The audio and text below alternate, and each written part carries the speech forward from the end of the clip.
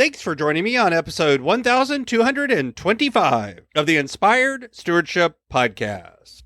I'm Daniel C., and I'm passionate about helping busy people make space in the whirlwind of life by shifting the way they live and work. And in a post-COVID world, that involves rethinking and redesigning our digital habits. I challenge you to invest in yourself, in others, and in our world by using your time, your talents, and your treasure to live out your calling. Having the ability to use technology well without letting it take over your life is so important, and one way to be inspired to do this is to listen to the Inspired Stewardship podcast with my friend Scott Matterer. For all of these internal doubts and worries, they won't think, because you can see the flaws in the drawing that you do, they will see those flaws as well. And yet the truth is, most of the time, they aren't able to because they don't have the skill, the ability, the insider knowledge that you do. Welcome and thank you for joining us on the Inspired Stewardship Podcast. If you truly desire to become the person who God wants you to be, then you must learn to use your time, your talent, and your treasures for your true calling. In the Inspired Stewardship Podcast, you will learn to invest in yourself, invest in others, and develop your influence so that you can impact the world. In today's episode about investing in others through stewarding your treasures, I talk with you about how we often undervalue our skills. I share why we often ignore what our skills are really worth to others. And I also share some ways you can re-level the value that you have to others. As we talk about stewarding your treasures, wouldn't it be great if you could support this podcast and do it without costing yourself an extra dime? Turns out you can. All you have to do is use inspiredstewardship.com/Amazon when you're ready to make a purchase via Amazon, and a small commission will come back to support the show. If you enjoy the show when you're ready to buy from Amazon, just use inspiredstewardship.com/Amazon.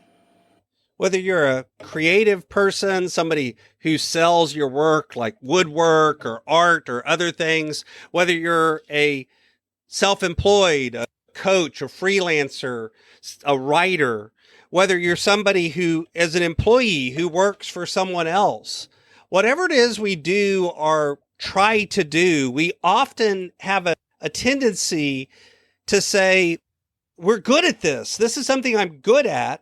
And that there are a lot of people that I cannot do, that can't do what I do.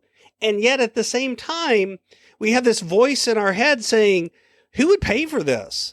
Nobody would pay for this skill. Nobody would pay for me to write or me to draw or me to coach or for me to help you or for me to do this or that or this other thing, whether it's an Excel spreadsheet or whether it's simply being able to do something that others don't do. I actually saw this product the other day where what they actually do is put a little saying and a picture and they print it on a potato and ship it to somebody as a gag gift. That's an idea that somebody had, and it's a skill that somebody has. They figured out how to do this, how to print these things on the potato in a way that works. But we take our skills and our ideas for granted. We tend to think that something that I can do is not something that others would actually pay for. It's not something that others actually value. Whether it's a practical gifting or a practical skill, or whether it's something silly, some example, one thing that I can't do or can do that others can't, like putting a picture on a potato.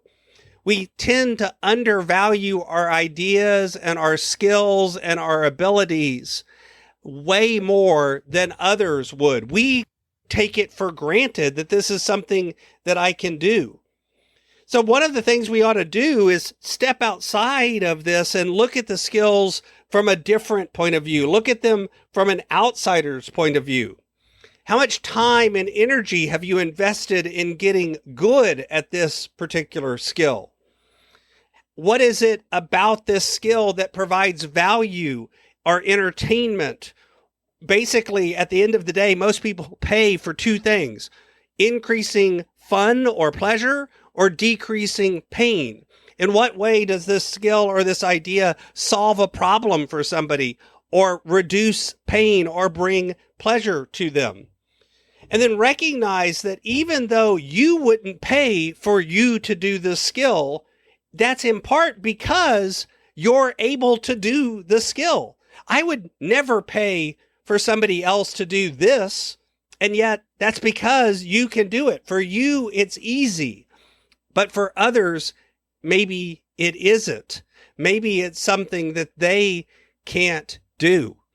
And then what's more, we actually have to recognize that a lot of times what keeps us from being able to share what we can do is we have imposter syndrome. We have fears about our own skills. We believe that others will know the problems we have, or maybe that we're not as good as we think we are, or all of these internal doubts and worries.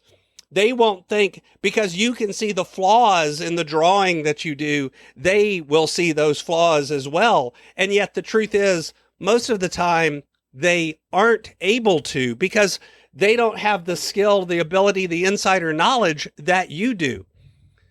And so you can step back and you begin to ask yourself some questions to re-level what you truly can value your skills for. How long have you been practicing that skill? How long have you been working on that skill? How long have you been studying it and doing it? And then ask yourself, why is it that you feel uncomfortable charging for this? What is it about this that makes you uncomfortable? And start thinking about who in the world has that problem that you can solve where your skill overlaps their problem. And therefore, you would provide value to them that they would be delighted to pay you money. Begin to think about, what would it be worth for them to solve this problem in the way that you can solve it? What would it be worth for you to actually either bring them that pleasure or reduce that pain for them? What would it save them in terms of time or effort or stress or energy or worry? Or what fun or energy would it bring to their life in a positive way? And that means that there's value there. And value means that this is something you could, if you choose to, actually turn into a business and charge for. And I say that not because you should or have to charge everyone for everything you do, but just to recognize that often we devalue ourselves, we devalue our own ideas, we devalue our own skills and our own worth. And in doing that, that's part of what leads to this idea that I talked about yesterday of self-sabotage. Because we don't value ourselves, because we don't value what we can do, we begin to say that it's worth less. And that begins that process of self-sabotage. Thanks for listening. Thanks so much for listening to the Inspired Stewardship Podcast. As a subscriber and listener, we challenge you to not just sit back and passively listen, but act on what you've heard and find a way to live your calling. If you like this episode on the stewardship of treasures, you can sign up for our treasures tips by going to inspiredstewardship.com/treasures or text in the US 44222 treasures tips. And we'll send you 5 weeks of our best tips on stewarding your treasures. Until next time, invest your time, your talent, and your treasures. Develop your influence and impact the world.